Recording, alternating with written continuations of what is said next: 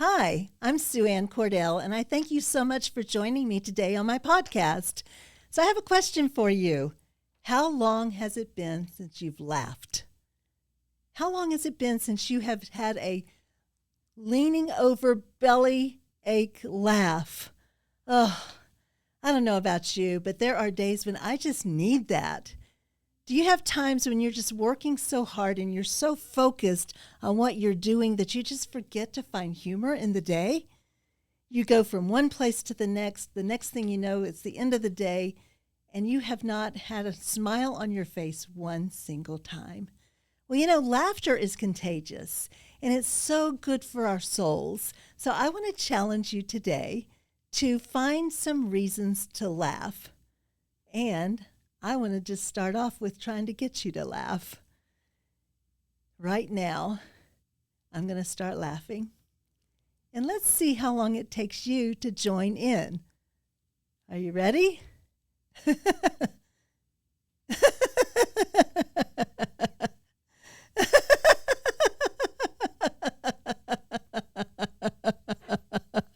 Oh my goodness. That feels so good. I hope you were able to join me in that. Have you ever been in a room full of little girls and one starts giggling and then another one starts giggling and all of a sudden the whole room is just filled with little girls that are just giggling uncontrollably? Oh, so refreshing, isn't it, when that happens? Or we used to play a game with our kids when they were little. It was called Whatever You Do, Don't Smile. They would come in the room sometimes and they would be kind of pouty and whiny because they weren't happy about something, and they would just have their arms crossed and they would be like really sad. And we'd go up to them and we'd say, whatever you do, don't smile. No, don't smile. And they would try really hard not to smile. They'd take a deep breath and they would really try. Sometimes they would run out of the room because they knew they were about to smile. They'd get their breath, take a deep breath, come back in, looking all mad again. We go, oh, whatever you do, don't you smile. And guess what? They would not only start smiling, they would start giggling and laughing, and all of a sudden, they weren't sad or pouty or whiny anymore. We all need that in our lives, don't we? We need to take the time to laugh. I know life is hard. I know there are things that just break our hearts. But laughter is a gift. Joy is a gift. We need to laugh. We need to share joy. We need to try our very, very best to lighten up. We're getting ready to go into a weekend of honoring fathers. Have you ever heard of dad jokes? So many dads love to tell jokes, don't they? And sometimes those jokes are pretty corny. Well, I had a wonderful childhood with my dad. And I know not everybody has that opportunity, but I was a daddy's girl. And my dad was always doing things to try to get me to laugh. He had words like stick-to-itiveness, spizzerinctum. He would try to get me to laugh with different things. I can remember when he would finish a meal and he would push his plate back and he'd go, that was a good meal. I just had a genteel sufficiency. And he would do lots of things to try to get you to laugh. Now, my dad actually had a childhood that was a little different. His father deserted the family when my dad was a very young boy. And everywhere he would go, he would be looking for his dad, even as an adult. So he didn't have that opportunity of growing up with a dad that was there for him. But he was such an amazing father for me. And he would do all kinds of things to get me to laugh. I can remember one time, many times he would do this. He would come up to me and he loved to sing. He would go, Let me call you sweetheart.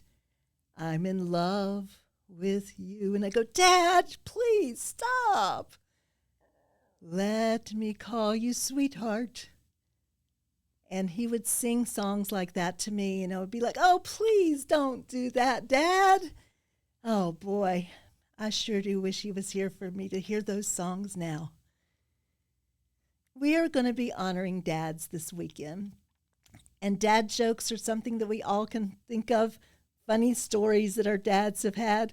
I know our kids could probably think of many of those. We've got one that I'm sure they will always remember. We live in Nashville, Tennessee, and there's this sign over close to Opryland, or Opry Mills. It used to be Opryland. And it's just a pool that has waves, and there's a sign that says wave pool. Every single time we drive by, guess what their dad does? It says, wave. It says wave. Wave at the pool. A dad joke, right? Dad jokes are really interesting for us, and we all have them, and I'd love for you this week, during this week and through this weekend, write down funny things that your dad has said or done. I will tell you that there's not a perfect dad out there. Some have made some bad mistakes and hurt their children deeply.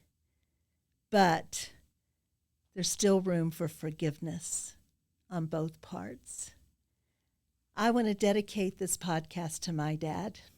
My dad lived a lovely, wonderful life, but he always looked for his own dad. He couldn't find him. All through the years, he never got to see him.